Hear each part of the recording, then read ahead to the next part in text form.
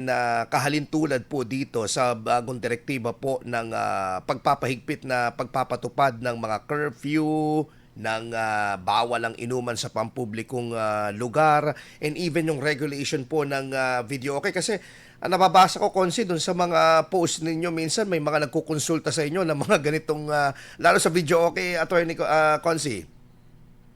Tama po. Patungkol sa video, okay, meron po tayong ordinansa noon. At noong unang panahon, wala pang video okay. Ang meron noon karaoke. Opo. At yun nga, buti naman at napakaganda ng DILG Memorandum. 10 o'clock na ang closing ng mga video okay. Kami po ay masayang masaya dito sa LGU sapagkat it made clearer etong tamang panahon, tamang oras para naman mag-shutdown or mag-tone down etong mga video okay. Go ahead, Idol Man. Opo, Attorney Consi, dito po sa Dagupan, lalo po yung mga barangay po natin po na aktibo po yung nightlife, paano po ipatutupad po yung pagbabawal po sa inuman dito po sa mga pampublikong lugar nang hindi po naapektuhan po yung kabuhayan po ng mga maliliit na mga nagtitinda at karinderya, for example? Well, Idol Mark, ibig sabihin yan, hindi maapektuhan ang ating mga kalugar, mga tinatawag na sari-sari store, sapagkat outlet lang naman sila. Ang pinagbabawal po dyan yung mag-iinom sa daan. Daanan, iskinita. Opo, sa mga common areas, sa daan, sa plaza, sa beach, no? Kinakailangan mayroong certain place for them. Sa bahay, pinaka-the best. Opo. Doon na lang po kayo sa bahay mag-iinom. Dahil huhulihin po kayo ng mga PNP sa panahon ngayon.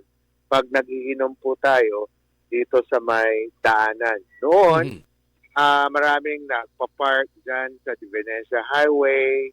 At doon, nung kami ay binata pa, doon sa beaches, no, magdadala na lang po kami ng isang case ng beer at nagiinom kahit saan para makamura.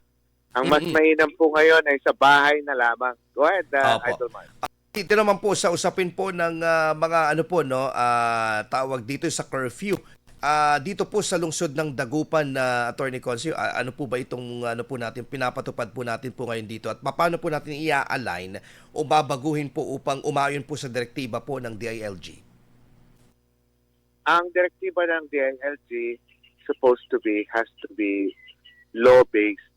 At ibig sabihin yan, kung may direktiba magpatupad, dapat ang ipapatupad yung batas din na nasa LGU. Dito sa Dagupan, Idol Mark, meron pong inakda natin na curfew hours for minors. Bago pa man may direktiba ito, pinapatupad na rin po ni Mayor Bilen.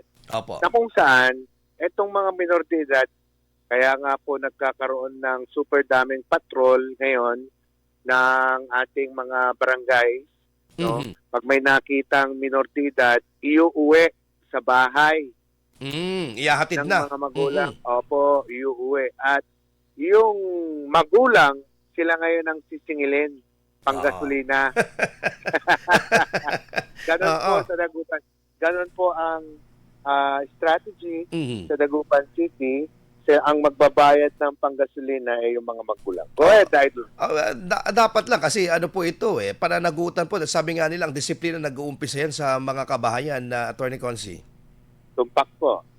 Paano po titiyakin po ngayon ng lungsod po na magiging patas naman po sa pagpapatupad naman nito pong pagbabawal po ng mga topless? Lalo na mainit ang panahon po ngayon, Attorney Consi, yung mga nakaubad na mga lalaki po, lalo po sa mga komunidad po na malapit po sa baybayin kung saan po nakasanayan na po nila. Tumpak po kayo dyan, Idol Mark. Patungkol dito sa mga topless, usually mga lalaki ang mga gumagawa nito, Idol. At PNP, ang kagandahan dito, Idol Mark, mula nung naupo si Mayor Belen sa magandang pakikipag-ugnayan ni Mayor Belen sa administrasyon ni President BBM, for the first time in the history of Dagupan, Idol Mark, sa hiling ng Sangguniang Panlungsod, sa pamamagitan ng liderato ni BMBK, Mhm. tayo po ay humingi na gawing ang Dagupan ay maging police office. At dumami ngayon ang police, Opo. 300 plus. At bawat barangay ay merong tinatawag na station. Mhm. We have already 6 stations covering expanse of 31 barangays. Sa dami po nila, ikot na ngayon ang mga tropang PNP who are under DILG rin mismo. Oo. So makikita nyo po dyan, ikot sila sa panahon ngayon. Go ahead, Idol Mark. Oo, nakapansin-pansin din talaga sa bawat sulok may mga kapulisan tayo dito sa syudad ng Dagupan. Anyway, Attorney Consi, siguro kayo po bilang chairman po ng Laws, Ordinances and Judiciary Committee and hindi lang dito, active kayo halos sa lahat po ng mga committee hearing po. Nakikita ba po ninyo na kailangan pa pong ng panibagong ordinansa o sapat na po yung kasalukuyan po na ordinansa na meron po ang Dagupan para maipatupad po yung direktiba ng DILG? Meron na po tayong ordinansa against topless. Meron na rin po tayong ordinansa laban sa pag-iinom sa public places. May curfew hours na rin po tayo. Ang aking nakikita lang dyan po yung sa videoke. Dahil yung lumang ordinance pang karaoke. That's the reason why isa sa mga mas tinatawag na revolutionary na inihain ngayon, itong ordinansa na binubuo ni Kuya Chito. Opo. Etong paghahanap ng magandang lugar kung saan ipapark ang pwedeng magpark lang sa mga barangay.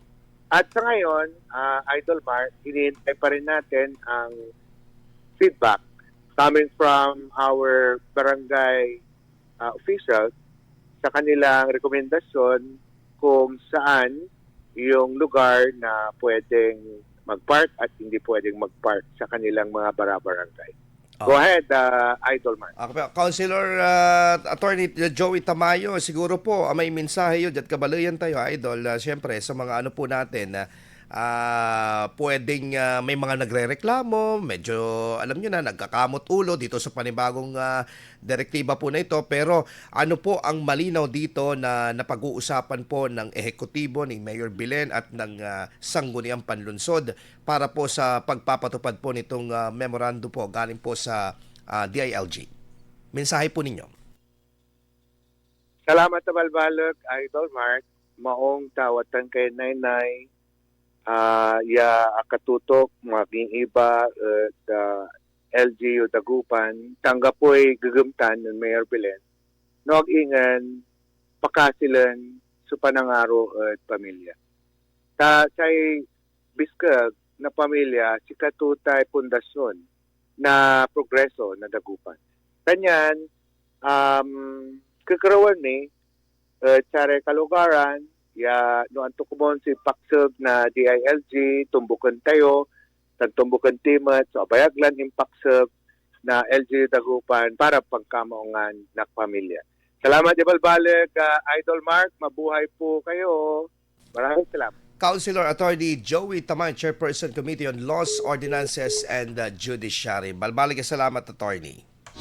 Samantala, Idol, magbabalik po tayo pagkatapos po ng ilang paalala. Impormasyon, intriga, issue, Eye for an Eye. IFM News Prime Edition.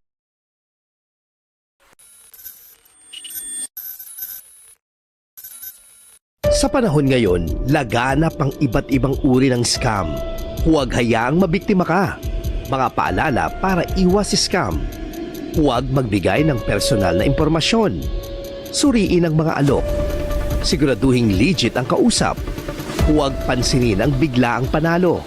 Mag-ingat sa online shopping. Ang pagiging maingat ay susi sa pag-iwas sa scam. Tandaan, kung duda ka, huwag agad magtiwala. Maging alerto, maging handa, laging mag-ingat sa